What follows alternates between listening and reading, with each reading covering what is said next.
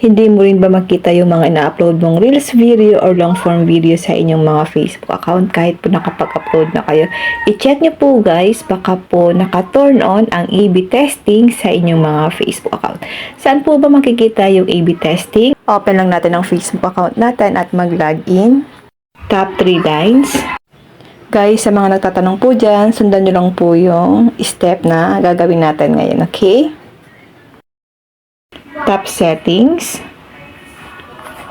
top media. Scroll down lang natin guys. Dito po sa baba may nakalagay dyan na automatic A/B testing. Tap lang natin ito.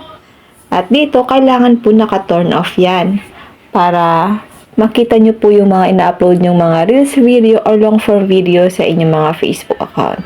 Kapag naka-turn on po yan, i-turn off nyo lang po para hindi po dumami yung mga ina-upload nating Reels video. I-turn off nyo lang po ito guys para lahat ng mga ina-upload nyo ay lumitaw sa inyong mga timeline or sa inyong mga Facebook account. Yun lang guys, ano po may natutunan kayo sa aking video, and now thank you for watching.